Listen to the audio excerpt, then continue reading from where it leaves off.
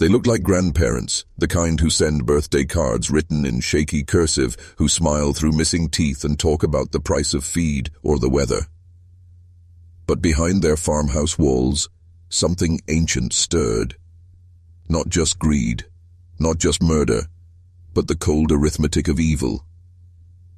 When the police came, they didn't find rage. They found order. They found precision. They found a quiet couple who had turned the American dream into a ledger of death. Ray and Faye Copeland, the oldest serial killers in U.S. history, didn't just kill men. They erased them like names off a list, one line at a time. Missouri, 1989. A field of dying grass and whispering fences. The house sat on the edge of Mooresville, its wood gray from decades of wind, its windows staring blankly toward the road. Inside, the air was still, the kind of silence that feels heavy, like the aftermath of a confession. There were no screams here, no chaos. Just the sound of a rifle bolt sliding back, and the soft thud of a body hitting dirt, the perfect sound of something human ending. Evil rarely announces itself. It wears the costume of normalcy, the polite mask of routine. The Copelands didn't stand out. They aged quietly, attended church, and waved to their neighbors. But beneath that veneer of civility, they had crafted something monstrous. A self-contained economy of death. Men came, worked, signed their names, and vanished. No one noticed because no one wanted to notice. That's the secret of rural America. People mind their own business, even when that business starts to rot. Ray was 76, thin, weathered, the kind of man who carried silence like a weapon. Faye was 69, her face carved into soft lines that made her look incapable of cruelty, but she wrote down every detail, every initial, every date, in a little spiral notebook. Each mark was a life. Each number was a grave. Together, they didn't just murder, they systemized it. They turned killing into record-keeping. It began long before the graves, before Mooresville, before the cattle farm. Ray had been running scams since the 1940s, livestock theft, forged checks, bank fraud. He wasn't driven by poverty, he was driven by contempt. Contempt for the system, contempt for law, contempt for anyone who thought they could control him. He had no loyalty to truth, only to the idea of winning. And for Ray Copeland, winning meant never getting caught. Every con taught him something: how to read desperation, how to manipulate trust, how to use another man's hunger against him. By the time he was too old to run, he'd perfected the formula. And all he needed now were disposable names, men who existed only on paper, men no one would miss. He found them at missions, shelters, and truck stops across Missouri. Drifters, parolees, men on the edge of the map. He'd walk in wearing work boots and a denim jacket, smiling the kind of smile that promised second chances. "Need a hand on the farm," he'd say. "Good pay, hot meals, you'll be treated fair." And that was all it took. A hungry man doesn't hear lies, he hears hope. They'd drive north together in Ray's rusted pickup, the road unwinding through fields of corn and silence. The farm would appear like a mirage, a weather-beaten house, a barn slouching against the horizon. Faye would be there, apron on, greeting them with coffee and a cautious smile. Everything looked ordinary because it was meant to. That's how traps work. They look safe until the door shuts behind you. Within days, the new hire would be taken to a livestock auction. Ray would tell him exactly what to do: open a bank account, sign a few checks, buy some cattle under his own name.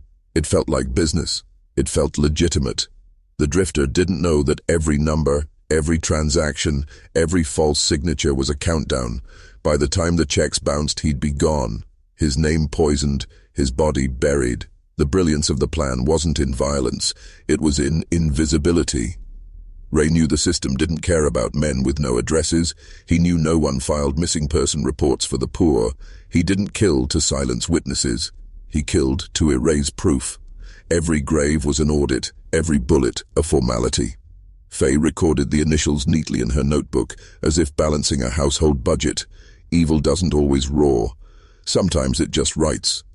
When investigators finally unearthed the truth, they found 5 bodies, all men, all shot in the back of the head with the same .22 caliber rifle, the same distance, the same angle. It wasn't impulsive, it was ritual. Every grave measured the same, every shot placed with practiced calm. They buried them the way a farmer plants seed, with precision, with intention, with the quiet certainty that something would grow from it. Only this time, what grew was legend. When questioned, Ray didn't panic. He didn't confess. He sat still, hands folded, eyes dull as stone. He had nothing to hide because he'd already hidden everything. Faye said little, claiming ignorance, her voice trembling just enough to sound believable. But her notebook told another story. A story written in perfect script, where every entry marked the day someone ceased to exist. You see, this wasn't about money anymore. It was about control, the ultimate form of control. To take a man's name, his identity, his breath, and fold it neatly into a ledger. Ray didn't just want wealth, he wanted mastery. Over others, over rules, over consequence. He turned life into paperwork and death into bookkeeping. That's what made him dangerous. Not madness, not impulse. Precision. And maybe that's the real horror of it all. Not that they killed, but that they did it calmly. Like clockwork, like business. The Copelands weren't monsters in the woods. They were the quiet couple down the road. And that's the lesson hidden beneath every horror in history. Evil doesn't need to hide in the shadows when it can wear the face of the familiar. Because when evil grows old, it doesn't die. It just learns to look harmless. It started with a smell, not of rot, that comes later, but of soil disturbed, earth recently moved, the scent that lingers when something beneath the surface isn't supposed to be there. October 1989, Livingston County, Missouri. Deputies stood at the edge of the Copeland property, unsure whether they were about to unearth fraud or something older. A man named Jack McCormick had made a call, his voice shaky, his story unbelievable.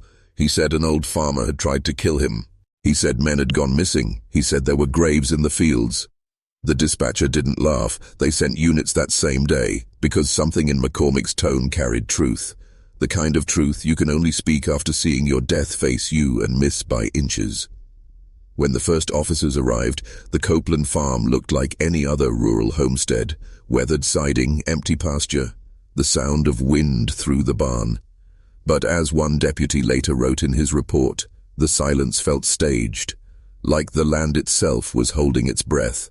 They brought cadaver dogs. Within minutes, the animals began circling the same patch of ground near the cattle pens, whining low, pawing the dirt. The handlers marked the spot with flags, then another, then another. The deeper they dug, the more the story changed. It wasn't just fraud, it wasn't just deception, it was ritual. 5 bodies buried in shallow graves, spaced evenly like coordinates on a map. Each one male, each one drifter, each one shot once in the back of the head with surgical precision. Every shovelful of dirt unearthed a story no one had told. A work boot, a scrap of denim, a human skull fractured clean through. The men had died without struggle. No defensive wounds, no hesitation. It was as if they'd been asked to stand still, and obeyed. The weapon, a .22 caliber Marlin rifle, was found leaning against the wall in Ray's farmhouse, as ordinary as a broom. 5 casings in a box nearby, 5 bullets accounted for, the kind of symmetry that made investigators' skin crawl. But what haunted them most wasn't the weapon, it was the notebook. Discovered by a deputy sorting through drawers in the front room, the spiral-bound ledger looked harmless. Faded cover, curling corners, a housewife's journal maybe. But when they opened it, the handwriting told another story. Neat blue ink, initials and dates in perfect rows. JM, LJ, JW. Each mark corresponded to a missing man, each date aligned with a bounced check from a cattle auction. It was bookkeeping for murder, cold, organized, methodical. Faye Copeland's handwriting. That was what broke the silence of the crime scene. Not Ray's gun, not the bodies, but her calm, deliberate script. She'd kept score, and in doing so, she'd revealed the mind behind the mask. A woman who believed that evil wasn't chaos, but order. That as long as it was written down, it was under control. Investigators laid out the evidence on the Copeland's kitchen table. The rifle, the ledger, the bank records, and in the middle of it all, a Bible, Faye's Bible. The pages were underlined in fading pencil. One verse stood out, worn nearly transparent from her touch. The wages of sin is death. To her, maybe it wasn't irony. Maybe it was justification. Ray said nothing. He sat at the table, expression hollow, hands folded. He didn't ask for a lawyer. He didn't protest. He watched the evidence being catalogued as if it were harvest season. Quiet, inevitable, part of the cycle. When an officer asked about the graves, he replied, "Lots of people pass through here. Can't keep track." That was all. His detachment wasn't ignorance, it was dominance. He wanted control even at the end, even when the world was finally taking it back. In court, the Copelands would become a media spectacle. Grandma and Grandpa Death, the papers called them. The cameras loved the contrast. Frail hands in handcuffs, polite smiles masking rot. But underneath the headlines, something deeper stirred in the public imagination. Because Ray and Faye weren't monsters from the wilderness, they were from the heartland, the image of America itself. Church-going, self-reliant, hard-working, and capable of unthinkable cruelty when no one was watching. That's the horror most people can't face. That evil doesn't hide in shadows. It builds barns. It balances checkbooks. It says grace before dinner. It wears Sunday clothes. It looks just like everyone else. When the autopsies came back, the reports confirmed what the soil had whispered. Each victim had been killed execution-style, close range, with no sign of resistance. The bullets entered at identical angles. The killings weren't random. They were industrial. A system designed by an old man who'd spent a lifetime perfecting efficiency. He'd taken the machinery of the livestock trade and applied it to people. To him, death was logistics. The prosecutors tried to frame motive. Greed, perhaps, but greed doesn't explain precision. Greed doesn't explain calm. Greed doesn't explain why Faye wrote it all down. What they built was more than a scam. It was a philosophy that human life was expendable as long as it served a purpose. That morality was a luxury for the weak. That control was the only real power. Ray once told a fellow inmate before his trial, "The world's run by users and used. I just refuse to be used." He wasn't lying. That line, that quiet, predatory logic, runs through every century, every empire, every boardroom and battlefield. The Copelands were just a small-town reflection of something much larger. The ancient idea that dominance makes righteousness, that order justifies blood, that if you write it down neatly enough, it isn't sin. When Faye took the stand, she wore a plain dress and looked small against the courtroom scale. She claimed ignorance, that she feared her husband, that she only followed orders. But the jury didn't believe her. They saw the handwriting. They saw the control.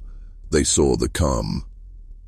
In the end, both were sentenced to death, the oldest couple ever to face execution in America.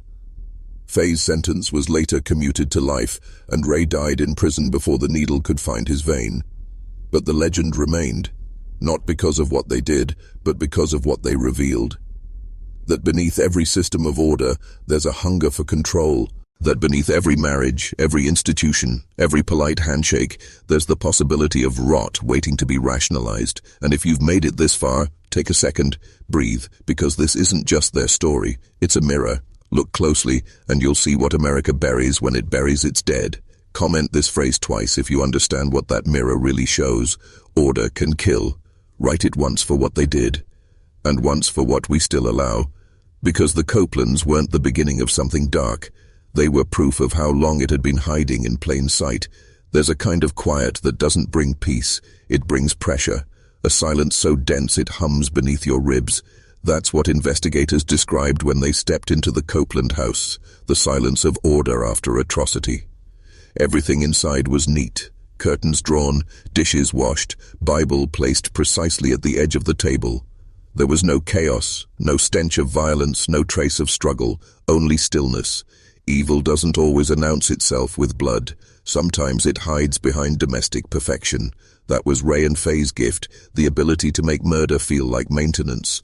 The photographs from the crime scene still unsettle even seasoned detectives. A floral couch with a folded quilt, a clock ticking softly above the mantel, the kind of house you'd expect to smell like biscuits and old books. And yet, on the same table where Faye kept her reading glasses, they found a ledger of initials marking the dead. No emotion in the penmanship, no hesitation in the loops of her cursive. It wasn't rage that wrote those names, it was duty. That's what makes it darker. Ray didn't kill out of frenzy.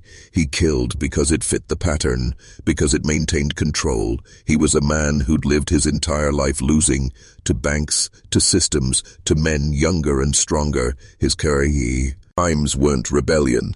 They were restoration. Every shot fired into the back of a drifter's skull was a reclamation of power he thought the world owed him. In his mind, he wasn't a murderer. He was correcting imbalance. That's the terrifying truth about some kinds of evil. They're logical, they're deliberate, they make sense to the people who commit them. Psychologists later described Ray as coldly instrumental. No empathy, no remorse, but absolute method. He didn't enjoy the killings. He required them. They were the cleanup stage of his fraud, the final step to close the loop. Every con ends with a disappearance. His just ended with a grave. And then there was Faye. People want to believe she was innocent. The grandmother manipulated by her domineering husband. The quiet woman too afraid to act. But her handwriting told another story. Each mark in that ledger wasn't passive. It was participatory. She didn't stop him. She didn't run. She catalogued. In her world, keeping the house in order meant keeping the crimes in order too. When interviewed, she said she thought the men had moved on. But her entries said otherwise. They weren't written in the language of doubt. They were written in certainty. What happens to a person who lives too long in silence with evil? They start mistaking obedience for morality. That's what Faye did. She learned to survive by alignment. If Ray's will ruled the house, then her only form of safety was precision, making sure nothing fell out of line, even the dead. Especially the dead. The ledger was her way of staying pure in a polluted world, a ritual of control in a life ruled by submission.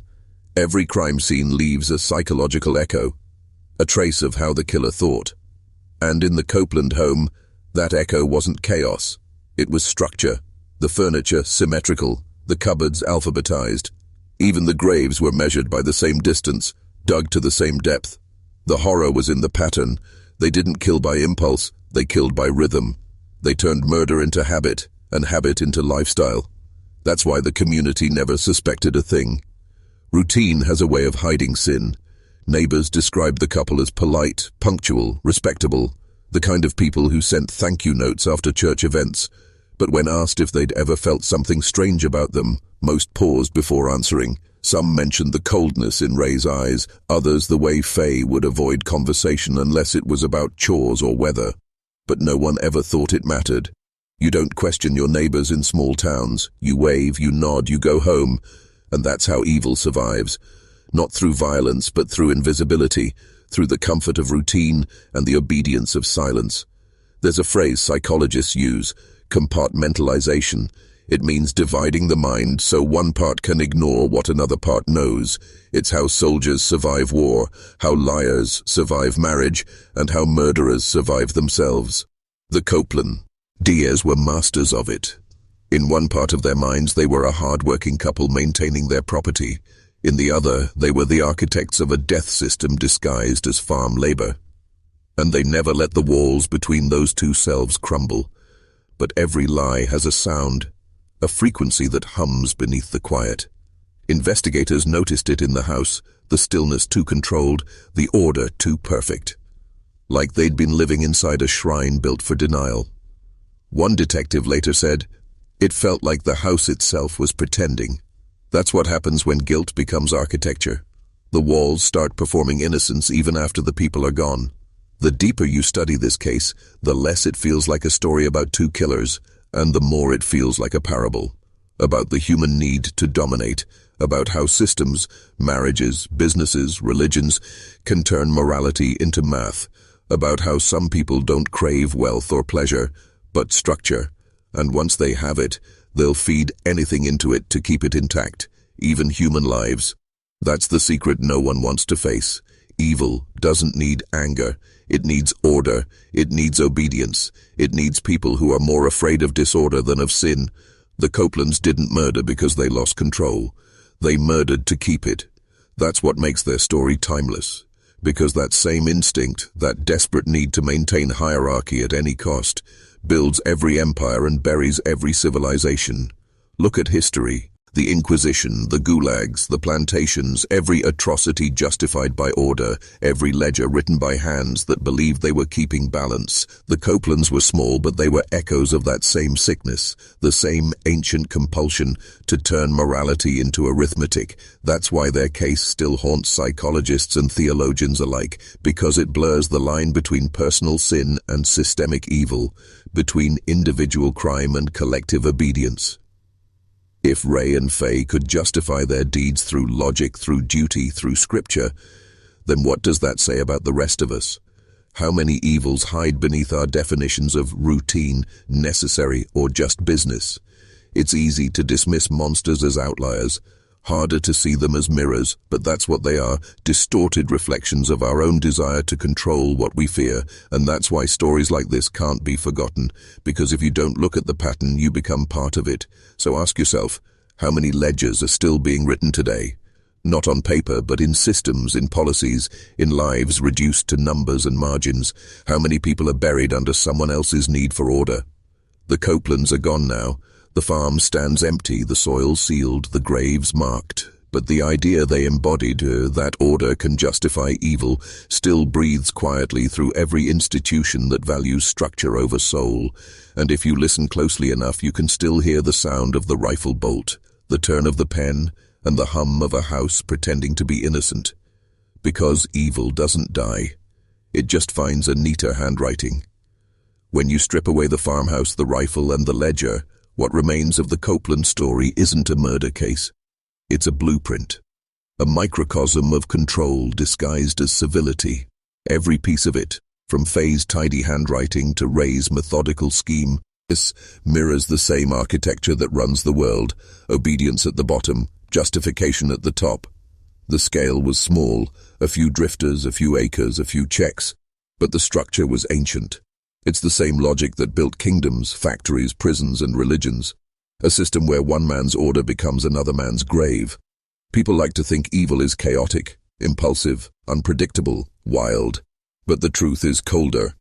The darkest acts in history were never born from madness. They were engineered, structured, bureaucratic. Paperwork always comes before blood. The Copelands didn't just kill, they processed, they documented. They itemized sin into columns and dates. They took the raw chaos of murder and smoothed it into administration. That's what made it efficient. That's what made it invisible. The men they killed weren't victims in the emotional sense. They were entries in a ledger, assets, liabilities, expenses. Once their usefulness expired, they were written off. Ray didn't need to hate them. Hatred takes energy, and he was efficient. To him, life was transactional. Every relationship a form of leverage. That's not psychopathy. That's the mindset of an empire. And empires don't die when their kings fall. They replicate in miniature.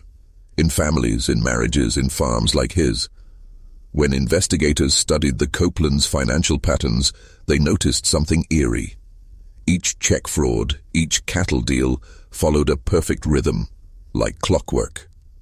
There was no improvisation. Even the killings followed a schedule, matching auction cycles and bank float periods.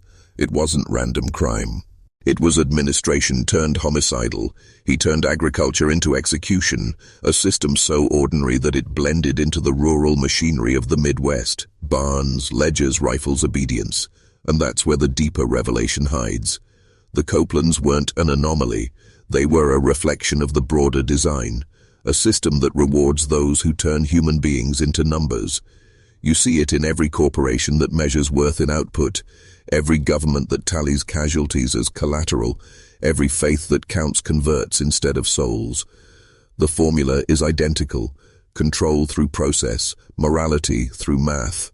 The Copelands just applied it to flesh instead of figures. When the trial began, journalists swarmed the courthouse, eager for the spectacle of elderly killers. But what they were really witnessing was a cultural confession. America staring into a mirror and pretending not to recognize itself. The prosecution laid out evidence in meticulous order: the rifle, the notebook, the bank accounts. The defense painted them as frail, confused, misguided by circumstance. Both sides missed the real point. It wasn't about madness or greed. It was about a worldview so deeply ingrained that it looked ordinary. Ray Copeland believed in systems. He believed that rules were tools, not moral anchors. He'd spent his life learning how to exploit institutions by mimicking their language, contracts, signatures, ledgers. He understood how the machine worked, and he mirrored it on a smaller scale. The only difference between a corporate accountant and Ray Copeland was that one killed careers, the other killed bodies. The efficiency was the same, the detachment identical. That's why the story of the Copelands feels bigger than the crimes themselves. It's not just about Missouri in 1989. It's about every structure that uses order as a disguise for exploitation. It's about who power always hides behind routine. When an act becomes part of a process, it stops feeling like a choice. That's the secret of institutional control. Remove emotion. Replace it with duty. Once the act becomes procedure, the conscience goes quiet. And Faye, she was the perfect embodiment of that silence. Her ledger wasn't written with malice. It was written with discipline. Her script was flawless, consistent, obedient. She was documenting death as though it were housework, each entry clean, each mark balanced. There's a reason the handwriting disturbed investigators more than the blood. It was too calm, too human. It showed how easily normality can coexist with monstrosity. Think about that. A woman sitting at her table, pen in hand, recording initials while dinner cools on the stove. No trembling, no hesitation, just control. That's not insanity. That's programming. Conditioned obedience, the same mental pattern seen in corporate whistleblowers who falsify reports, soldiers who follow unlawful orders, or clergy who protect abusers in the name of tradition. When authority becomes sacred, morality becomes negotiable. That's why the Copeland case still matters, because it's not about age or rural life or even murder. It's about obedience. About what happens when structure becomes God and compassion becomes noise. You can see it in Ray's eyes in those old photos, the look of a man who believed in his own system. He wasn't chaotic. He was methodical. He believed he'd mastered the rules by bending them. The same logic that built empires, ran economies, and justified crusades. The same logic that says, if it's efficient, it's right. And the most disturbing part, society rewarded that mindset long before it punished it. For decades, Ray's scams worked because the institutions he defrauded operated on the same principle: maximize profit, minimize loss, ignore the human cost. He simply took their lesson to its extreme. He learned it by watching the world, and the world looked back and called it business. You might think you'd never become like him, that you'd never erase a life with such indifference, but the truth is simpler and far more dangerous. Every time you dehumanize someone for convenience, a stranger online, a rival, a worker, a number in a system, you're writing in the same ledger. Every time you trade conscience for efficiency, you're speaking his language. Evil doesn't begin with murder. It begins with administration, with paperwork that forgets it's describing people. The Copeland farm may be silent now, but its echo is everywhere, in boardrooms, in governments, in churches, in algorithms that decide who matters and who disappears. It's the same mechanism dressed in different uniforms, a global machinery of obedience that rewards detachment and calls it progress. And here's the truth that most people can't face. The world doesn't want to destroy people like Ray Copeland. It wants to understand how he thought, because he represents the ideal worker of the system, loyal to process, indifferent to consequence, efficient at any cost. The only difference is that he didn't wear a tie. So remember this: the line between killer and functionary is thinner than you think. The only difference between a murderer and a bureaucrat is the distance between their action and its consequence. That's what Ray understood better than anyone: the moral cost of distance. The farther the system removes you from what your choices destroy, the easier it is to obey. That's why he buried his victims behind his own house. He wanted to see the system work up close. He wanted to watch the soil close over them and call it balance. In the end, that's what the Copeland story is, not a tale of rage, but of structure. A warning about what happens when obedience replaces thought, and when efficiency erases empathy. Because every time the world chooses order over truth, it becomes a little more like that farm. Quiet, tidy, and built entirely on buried men. Control. That was the real currency in the Copeland house. Not money, not land, not cattle. Control. Over the home, over the narrative, over the very rhythm of life and death. Ray Copeland didn't simply manipulate men for profit. He manipulated reality itself. He crafted a world where everything, even murder, obeyed his rules. And that's what made him so terrifying, because once a man masters control, morality becomes optional. It becomes a luxury for the weak. Most people think control means dominance, shouting louder, taking more, breaking wills, but that's primitive control. The higher form is quieter, subtler. It's the control that rewrites perception. It's when the victim doesn't even realize he's being used. Ray had perfected that. His drifters didn't see danger because he didn't look like danger. He looked like help, like opportunity, like an old man giving a second chance to men the world had already discarded. That's the deepest form of manipulation, when kindness becomes camouflage. He understood how desperation blinds the human animal. The hungrier a man is, the easier he's led. And Ray didn't choose drifters by accident. He chose them because they were invisible, but more importantly because they were believers, men who still wanted to think the world might give them one more break. That hope was his weapon. He didn't need chains. Hope was enough. It's a law of power that has never changed. Control begins with offering what someone thinks they need. Whether it's food, love, or redemption, the principle remains the same. Religion uses it. Politics uses it. Every system of control begins by fulfilling a need and ends by defining it. The Copeland farm was a miniature version of that same machinery. The promise of work, the illusion of fairness, the comfort of belonging. Each man who arrived there thought he'd found a purpose. He had. It just wasn't his own. And standing behind all of it was Faye, the quiet enforcer of the illusion. While Ray handled the manipulation, Faye maintained the ritual of normalcy. She made the killings believable by making the home look safe. She cleaned the blood from the structure, literally and psychologically. That's how systems sustain control. One hand deceives, the other sanitizes. It's how governments sell wars, how corporations sell debt, how churches sell guilt. Someone must create the illusion of virtue, while the other extracts obedience. In every photograph of the Copelands, Ray's gaze is direct, assessing, but Faye's is different, soft, compliant, distant, yet that distance is its own power, because Faye's silence didn't just protect Ray's crimes, it completed them. Her stillness gave the illusion that what was happening wasn't evil, just routine. That's how control embeds itself into culture, by making atrocity look domestic. The world doesn't collapse through violence, it collapses through normalization. The psychological profile of both Copelands reads like a case study in systemic conditioning. Ray was raised through hardship and punishment. Survival replaced empathy. His moral compass wasn't broken. It was never installed. Every failure taught him one truth.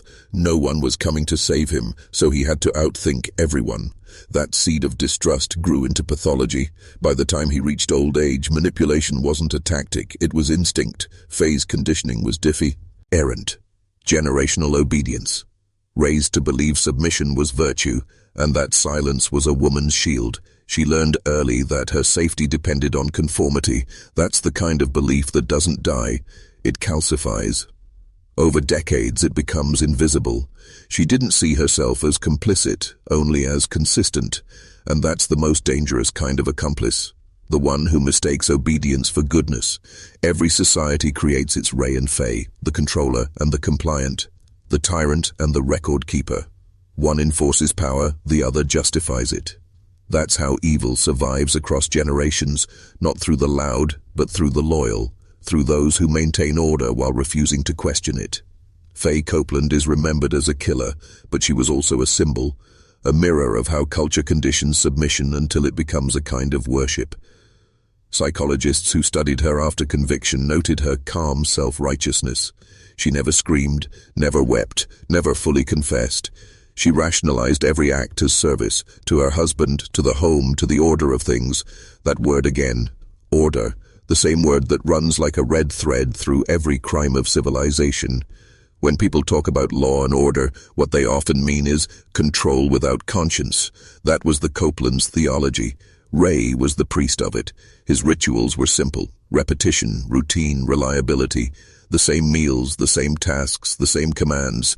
He built predictability because predictability breeds trust, and trust is the leash that doesn't feel like a leash. Once a man believes he understands the pattern, he relaxes. That's when the noose tightens. The drifters trusted Ray because his world made sense. The chores, the auctions, the quiet dinners, predictability made them blind. But there's something even darker here, a truth about human psychology most people refuse to face. Every person, no matter how moral, carries a secret craving for control. It's primal. The child wants to master his environment. The adult wants to master his fate. And when life refuses to cooperate, the weak submit, but the strong rewrite the rules. Ray was the latter. He didn't fight the system. He replicated it in miniature. The same hierarchies, the same justifications. He didn't break away from the world. He became a perfect reflection of it. That's what makes his story so haunting. Because when you look closely, Ray Copeland isn't a glitch in human nature. He's its prototype. He's what happens when ambition sheds empathy and perfection replaces compassion. He's what you get when you teach a man that power is survival and obedience is virtue. He just stripped away the pretense, and maybe that's why people are so fascinated by him. Not because of the murders, but because of what they reveal about us. The human desire to control and be controlled. The comfort of knowing your place, even when that place is a cage. We call it security, but it's really submission dressed in logic. The drifters wanted belonging. Ray wanted authority. Faye wanted peace. And the system they created gave all three what they desired, at the cost of human life. Look around today and you'll see the same structure everywhere, in offices, in politics, in homes. The hierarchy of dominance disguised as order. The obedience disguised as morality. The system hasn't changed, it's just evolved. The ledger isn't handwritten anymore, it's digital. The rifle isn't a weapon, it's a contract, a policy, a screen. But the principle is ident. A cowl. Control first, humanity later. And that's why the Copeland case is more than history. It's prophecy. Because as long as control remains the highest virtue, every society will eventually become a farm. Efficient, organized, and quietly lethal. The soil changes, the names change, but the system remains. The real horror isn't that Ray Copeland existed, it's that he still does. In every structure that prizes obedience over awareness and perfection over compassion, because control is the oldest god humanity ever built, and it's still hungry. What is evil? Most people imagine it as chaos, a force of rage, of madness, of fire and teeth. But the Copeland farm teaches a quieter truth. Evil is order. It's the desire to control what should not be controlled, to make life predictable, measurable, owned.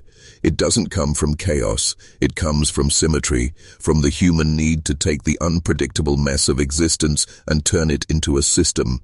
That's what Ray and Faye did. They turned murder into accounting. They turned blood into bookkeeping. They gave death structure. And the moment you give death structure, it stops feeling like death. It starts feeling like progress. The oldest forms of evil have always worn the face of order. The priests who burned heretics did it in neat rows, chanting liturgy. The bureaucrats who shipped families to camps did it with stamps and paperwork. The soldiers who slaughtered tribes lined them up and called it civilization. The handwriting changes, but the logic never does. Evil isn't the opposite of morality, it's morality inverted, a mirror world where obedience replaces empathy, where efficiency replaces truth, and where every atrocity is performed in the name of keeping things the way they should be. Ray understood that instinctively. He wasn't a philosopher, but he lived by the same creed as every empire before him. Control is righteousness. And that's why the case feels so much larger than 2 aging farmers and 5 graves, because it exposes the real machinery beneath human civilization, the constant attempt to systematize life itself, to make the organic mechanical, to make the wild obedient. You see, every institution we build, religion, government, family, economy, begins with a sacred lie. That order will protect us from suffering, that if we just follow the rules, we can escape chaos. But that promise always carries a cost. To maintain the system, something human must be sacrificed. The Copelands just made that sacrifice literal. Every victim was a transaction that bought them more control, more illusion of stability, more safety. Think about it. They lived in an aging farmhouse, isolated from time, surrounded by land that refused to grow wealth. Every day reminded them of decay, of age, of irrelevance, of power slipping away. Control was all they had left. So they built a small world where they were gods. They decided who worked, who earned, who vanished. The rifle was their scripture, the ledger their holy book, the graves their altar. What they performed wasn't crime. It was ritual, a perverse liturgy of authority. This is the hidden pattern behind every atrocity.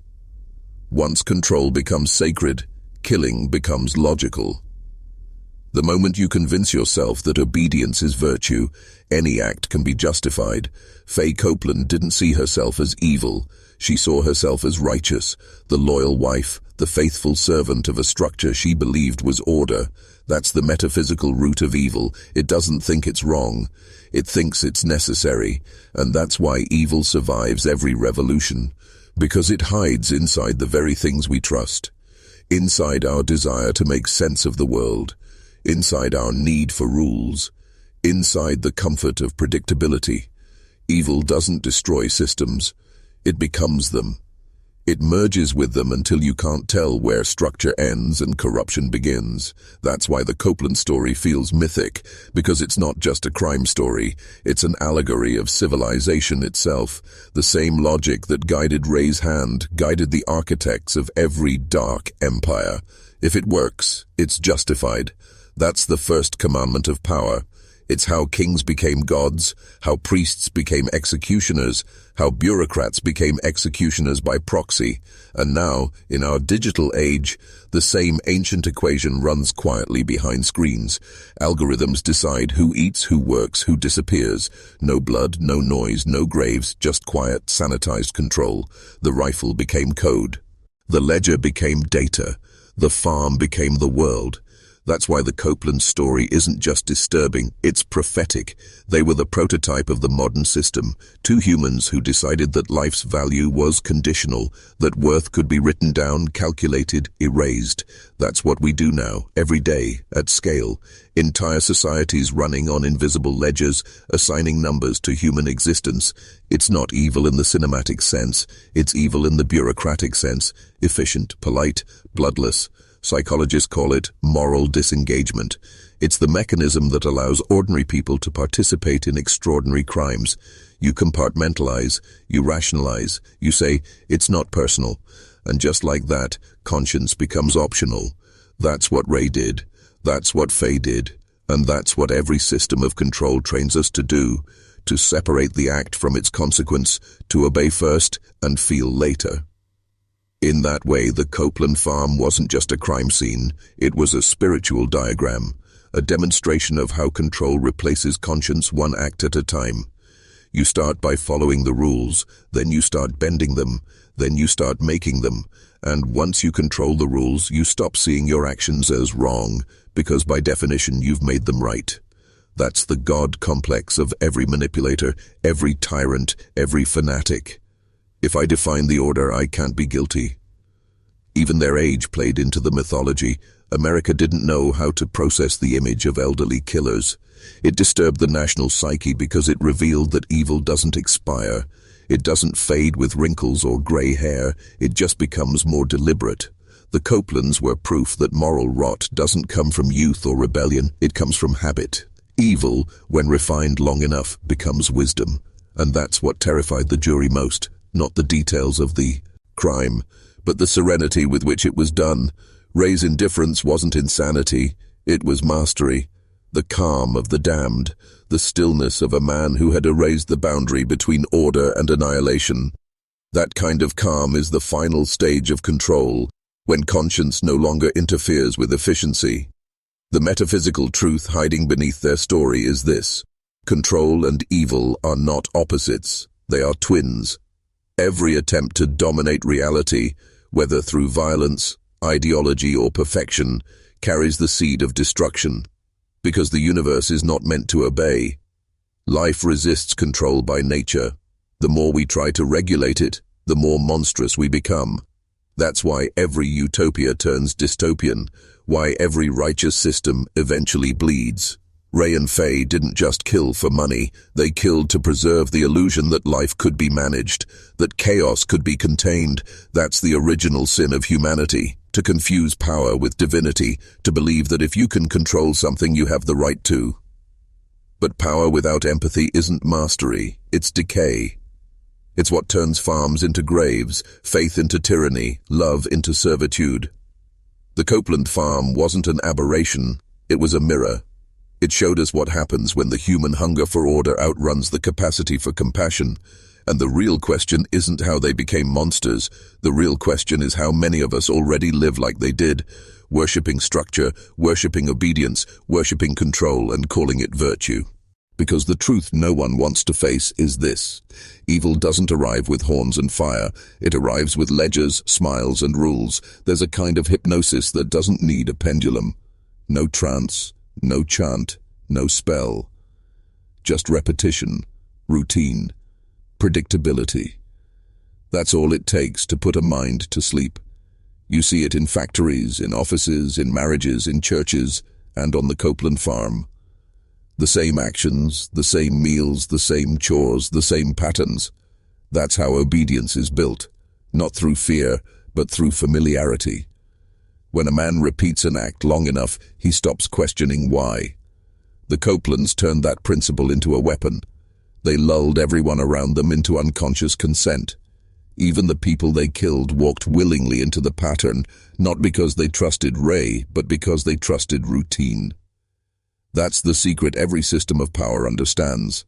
Control doesn't come from punishment, it comes from predictability. You train the mind to associate safety with order. Once that association is formed, disobedience feels like danger. That's what makes people obey even when obedience kills them. It's not terror that holds civilizations together, it's habit. The Copeland farm was a small-scale civilization built on that same foundation. Everything had rhythm. The mornings were early, the meals were simple, the work was steady, nothing ever felt wrong, until it was too late. Psychologists call it gradual desensitization.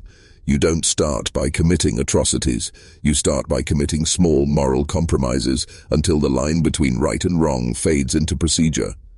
Ray didn't wake up one day and decide to kill men. He trained himself through decades of fraud, deceit, and deflection until morality became irrelevant. Faye didn't wake up one day and decide to record death. She trained herself through years of obedience until conscience became noise. By the time the killings began, they weren't choices anymore. They were habits. And that's the horror most people miss. That evil rarely begins with evil. It begins with repetition. With doing what you're told, what's expected, what's normal. It begins with the slow surrender of awareness. When you stop asking why, you've already begun to serve something else. That's the trance. That's the sleep of the obedient. Look closer, and you'll see the same pattern in every mass atrocity, every cult, every blind institution. They all rely on the same psychological sedative, consistency. When the world feels stable, people stop thinking. When authority sounds calm, people stop resisting. Ray's voice was slow, steady, instructional, the cadence of someone who never rushed because he never doubted. His composure hypnotized the men who worked for him. His calm felt like security. And when calm is weaponized, it becomes anesthesia. You stop noticing the knife because the hand holding it never shakes. Faye reinforced that hypnosis through domestic order. Her routines became the emotional background music of the farm: clean clothes, fresh meals, a smile that said, "You're safe here." Every act of normalcy deepened the illusion. The drifters weren't just deceived, they were comforted. That's how she neutralized suspicion. By surrounding death with gentleness. That's how evil sustains itself in families, in governments, in faith. By dressing violence in virtue.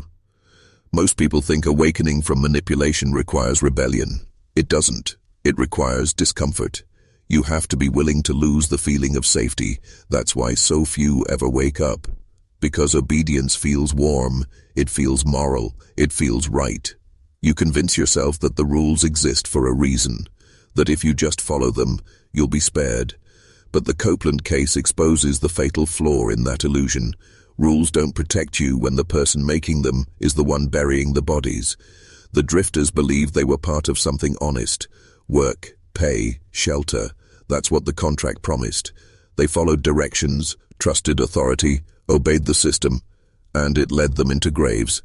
And that's the same tragedy that repeats throughout human history. People mistake obedience for virtue and authority for truth.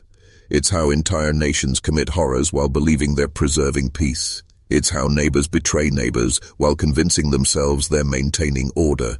It's how civilizations slide into barbarism without ever raising their voices.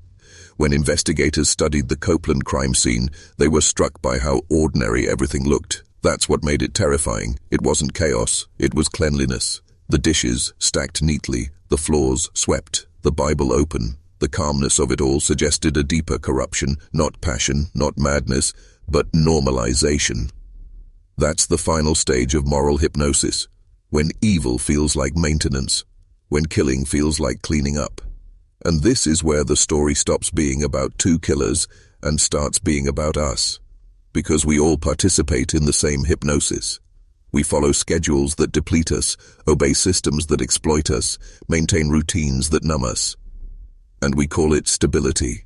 We trade consciousness for comfort, awareness for structure. We build farms of the mind where our thoughts graze inside fences we didn't build but still defend. The Copelands just lived that pattern in flesh and dirt instead of policy and paper. Faye's ledger wasn't a record of crime. It was a spiritual inventory of obedience. Each mark represented a surrender. First hers, then theirs. Every time she wrote an initial, she reaffirmed her loyalty to the order that ruled her life. And that's what makes her story tragic, instead of merely monstrous. She was both the servant and the priestess of her own captivity. Her handwriting was her confession, even if she never understood it that way. The question that haunts the Copeland story isn't why they killed, but why it made sense. Why did it feel justified? Why did it feel necessary? The answer is simple. They had forgotten how to disobey. They had lost the ability to question their own order. And when you lose that, morality becomes impossible, because morality requires resistance. It requires tension between desire and duty, conscience and command. Once obedience becomes total, conscience dies quietly in its sleep. That's why obedience has always been the preferred tool of power. Not the whip, not the chain, not the bullet. Obedience. Because obedience trains the victim to build his own cage, defend it, and call it home. It's the perfect form of control because it feels voluntary. Ray Copeland didn't have to enslave his victims. He just had to give them structure. The rest they did themselves. So the next time you think about evil, don't imagine chaos. Imagine peace. Imagine silence. Imagine everyone following the rules while the graves get deeper. That's the real horror. The kind that grows in plain sight, watered by obedience, fertilized by routine. Because the opposite of evil isn't goodness, it's awareness. And the Copelands remind us what happens when awareness dies and order takes its place. The human soul doesn't explode, it just goes quiet. Like a field at dusk, like a house too clean, like a ledger with one last empty line waiting to be filled. So stay awake. Stay uncomfortable. Question every rule that demands blind obedience, because once you stop asking why, someone else starts writing your name in the ledger. Here's the lie humanity never stops telling itself, that morality exists before power, that conscience guides systems, that justice comes first and the rules follow. But the Copeland farm proves the opposite. Power came first, control came first, and morality came after, built, shaped, and twisted to justify what was already being done. Ray didn't see himself as evil because, in his world, he was the authority. His actions defined the rules. The ledger wasn't just a record of death, it was law. In that farmhouse, right and wrong didn't exist, only procedure did. And once you turn procedure into truth, you've built the oldest and most unbreakable machine humanity has ever known. That machine is still running.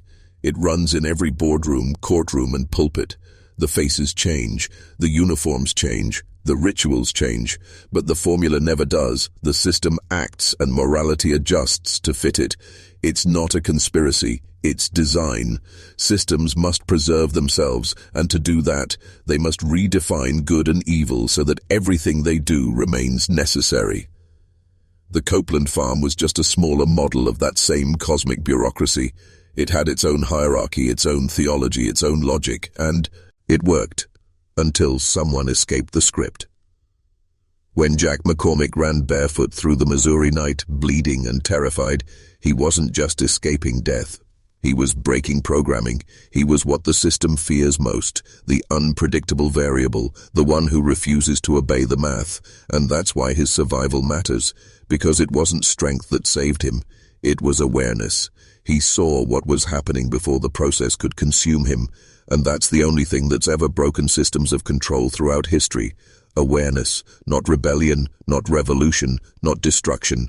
Awareness, seeing the structure for what it is, naming it, exposing the machinery beneath the morality. The Copelands operated inside a morality of utility. If something served the system, it was good. If it didn't, it was expendable. That's the same morality empires have used for centuries. The Roman legions believed conquest was divine order. The Inquisition believed torture was mercy. The corporate world believes exploitation is progress, and the Copelands believed murder was business. In all cases, the same logic hums beneath the surface. The system decides what's right, and the human conscience learns to adapt. But that's the hidden horror, the human mind's ability to adapt, to rationalize anything if the pattern remains stable. Faye adapted by turning atrocity into routine. Her hands wrote death with the same serenity she used to write grocery lists. That's not apathy. That's psychological evolution. The mind reconfiguring itself to survive within a false moral structure. She couldn't afford guilt. Guilt breaks the spell. Guilt makes you aware, and awareness destroys obedience. So she rewired her morality to align with the system that owned her. She became moral inside the immoral. That's how institutions endure, by teaching individuals to see virtue in their servitude. This is what theologians and philosophers have always feared, that morality isn't absolute, but programmable.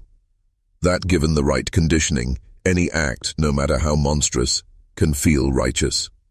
And that's why the Copeland story hits harder than any myth or murder case. It exposes the architecture of moral hypnosis that underlies civilization itself. The same instinct that made a grandmother record murder in cursive is the instinct that makes nations record casualties as strategic success. We never escaped the ledger. We just learned to write it in cleaner fonts. And that's what makes the story prophetic. Because as technology evolved, the ledger evolved too. It left the farmhouse and entered the cloud. Now we track lives in databases, profile behavior through algorithms, predict obedience through data. Every human being is a digital entry in a moral machine that defines what's right by what's efficient. No one pulls a trigger anymore, but the results are the same. He system decides who rises, who falls, who disappears, and like Faye's ledger, it never forgets a name. Ray Copeland would have thrived in this new world. He understood the core principle long before it became corporate dogma. Control the record, and you control reality. It doesn't matter what actually happened, only what's written down. If it's in the book, it's truth. That's why his crimes worked for so long. He manipulated the paper trail, not just the people.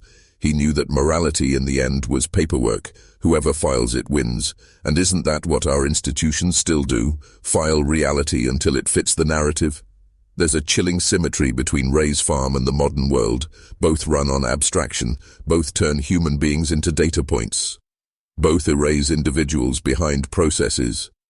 Ray's rifle was just an earlier form of deletion. Today, deletion happens silently. Reputations erased, identities cancelled, voices buried under algorithms.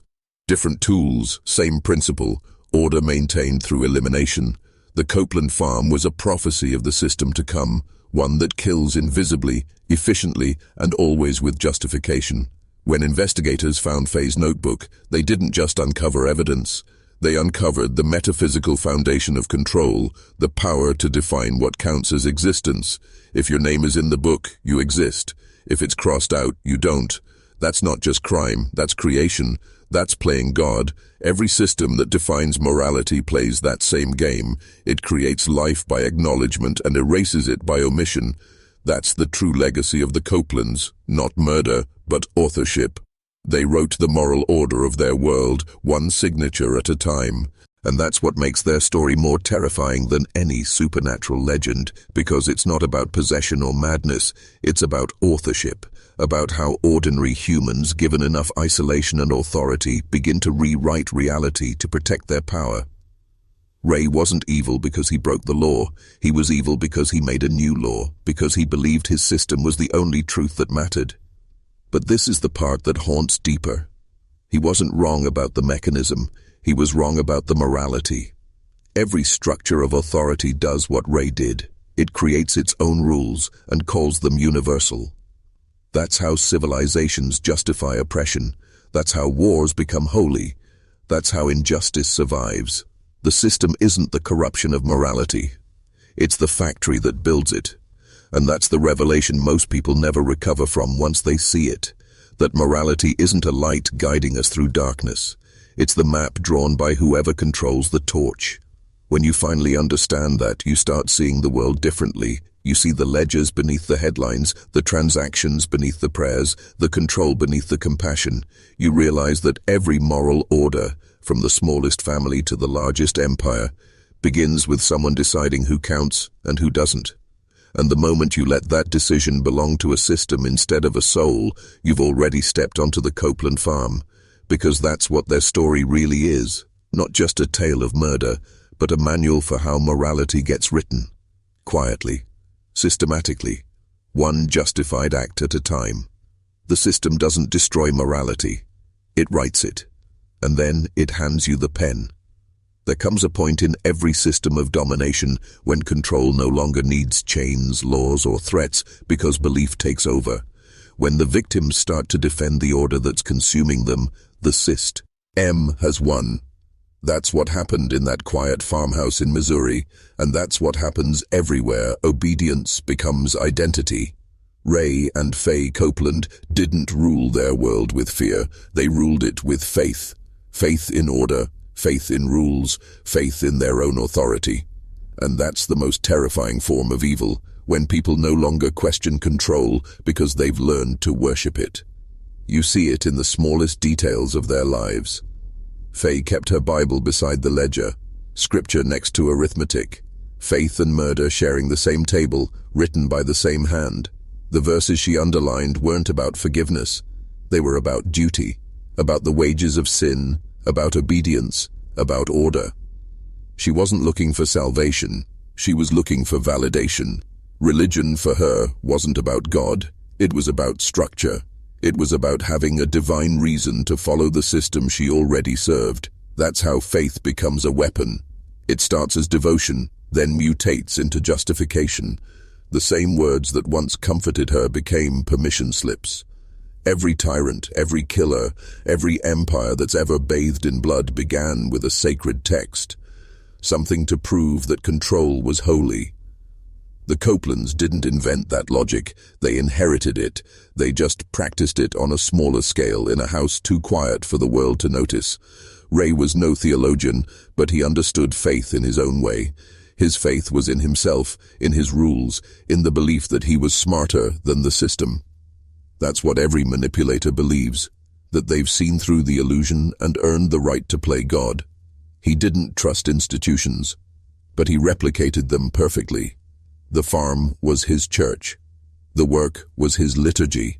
The rifle was his sacrament. The buried bodies were the tithes he paid to the altar of control, and Faye was his congregation. She believed in him the way others believe in God, without question, without hesitation, without the courage to look beyond. When she told police she did what she was told, she wasn't lying. She thought obedience was righteousness. She thought following the rules, even murderous ones, made her innocent. That's the paradox of faith-based control. You can be complicit and pure at the same time, as long as you never disobey. Faith turns obedience into virtue. It makes surrender feel sacred. It's how societies endure the unendurable. It's how entire populations accept corruption, cruelty, and exploitation, because they've been taught that defiance is sin. And when that belief takes root, power doesn't need guards or guns. It just needs believers. The Copeland's faith wasn't in goodness or morality. It was in hierarchy, in the sacredness of order itself. That's the same faith that drives every tyranny. The belief that submission is holy, that structure is salvation. Every man who worked on that farm fell into the same trance. Not because he was stupid, but because he wanted to believe. After a life of chaos, addiction, homelessness, failure, order felt divine.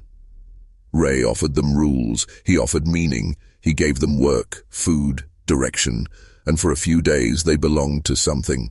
That's all faith ever promises, belonging, even if it leads to a grave. That's why so many followed him willingly. They didn't need proof, they just needed purpose. The saddest part of the Copeland story isn't the deaths, it's that every victim thought he'd found redemption, a new start, a clean slate. That's the essence of faith, to trust what you can't verify. And that's why belief is the perfect tool of control. You can't argue with it, you can't reason with it, you can't break it with evidence. Once someone believes the system is sacred, no amount of suffering will convince them it's evil, and that's the state the world lives in now. Look around. Every institution demands faith, not in God, but in its own necessity. Governments preach trust in the process. Corporations preach trust in the market. Technology preaches trust in data. Every one of them says the same thing Ray said in his own quiet way. Trust me, I'll take care of you. And every one of them demands the same payment. Obedience. Faith without awareness becomes slavery. It turns intelligence into blindness. It turns conscience into compliance. And the more sincere the faith, the more complete the control. That's why every cult begins with love. Every tyranny begins with promise. Every atrocity begins with a sermon, because faith doesn't just blind people to evil, it makes them participate in it willingly. They call it duty, they call it loyalty, they call it God's will. Faye Copeland died in prison still believing she was a good woman, still believing she was a victim of circumstance, a servant of her husband's will. But her handwriting tells another story, a story of someone who confused submission with salvation.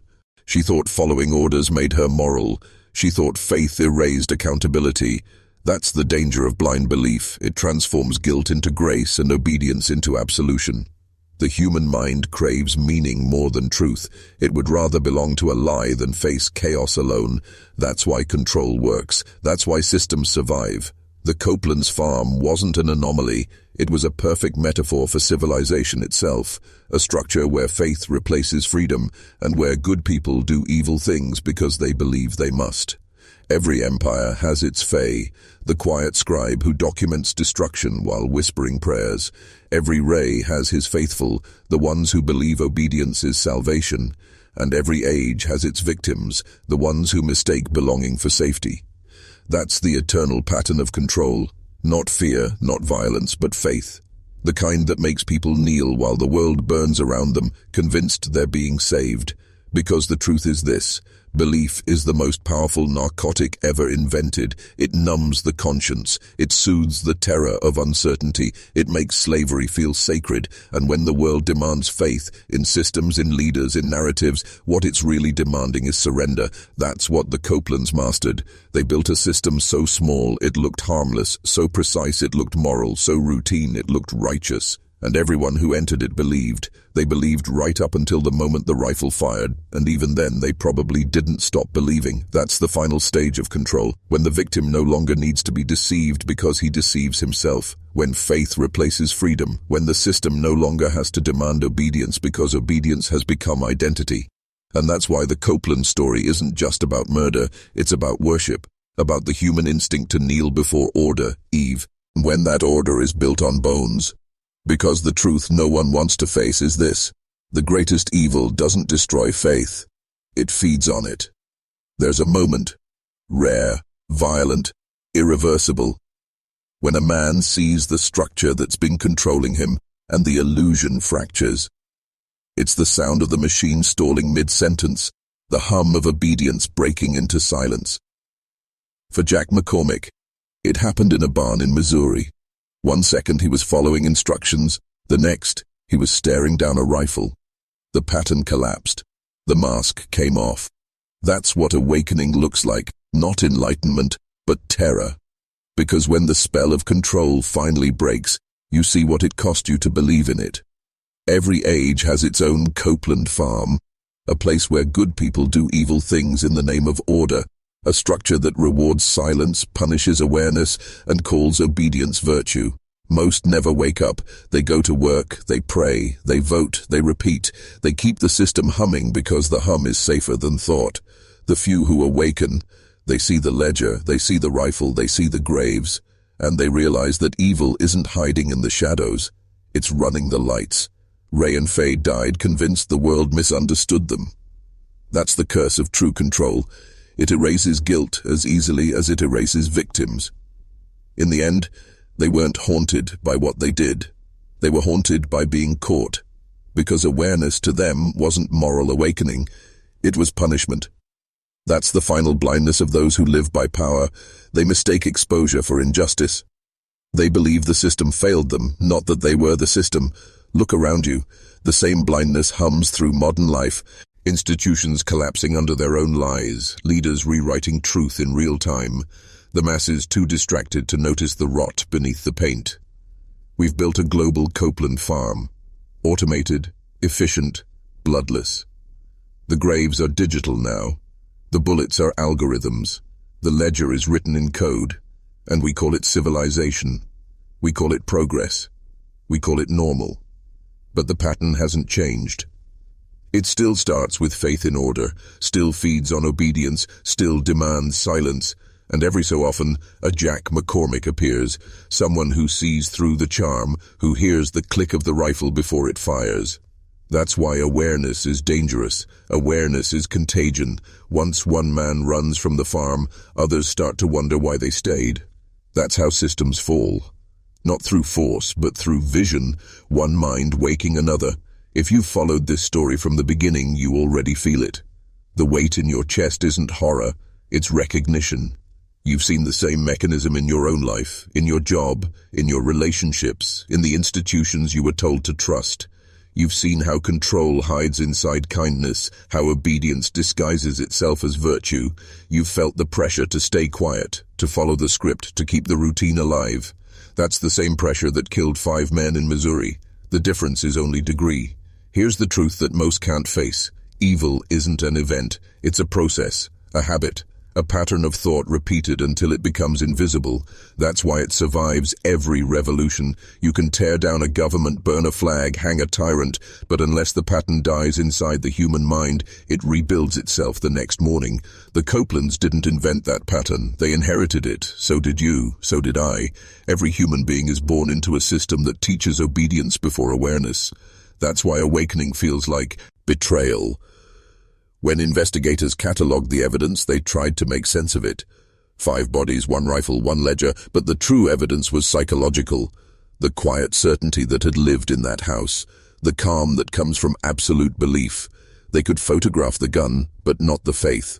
They could exhume the victims, but not the logic that buried them. That's the part of evil that never dies, the part that thinks it's right. And that's what you must understand.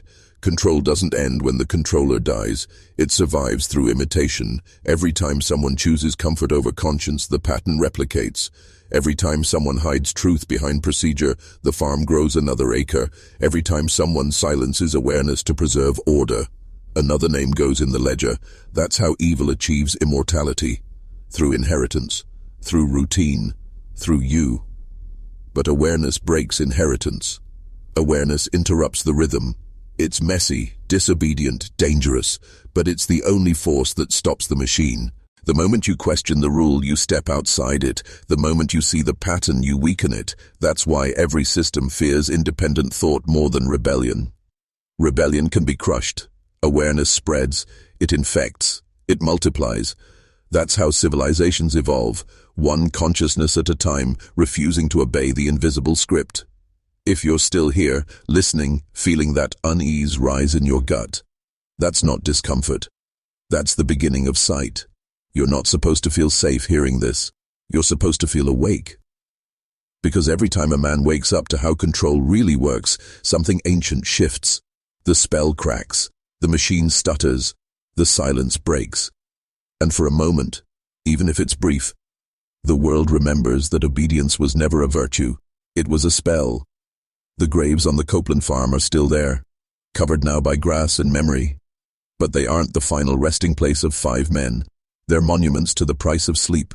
Each one whispers the same warning into the wind. This is what happens when you forget to ask why. That's why this story matters, not as true crime, not as history, but as revelation.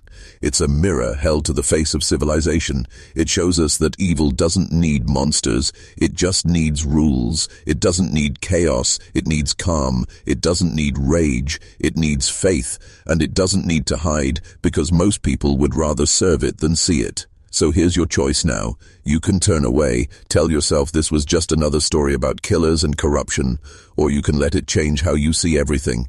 You can start noticing the ledgers you're written in, the systems you feed, the rules you follow without question. You can decide right here not to live like one more obedient soul waiting for permission to think. Because the truth is simple and final. Control ends where awareness begins. Write this phrase twice in the comments, not as a slogan but as an initiation. I see the system. Write it once for them, the men buried under someone else's rules, and once for yourself, to mark the moment you stopped being part of the machine, because that's what awakening really is. Not rebellion, not anger, but sight. And once you've seen the system, you can never go back to sleep.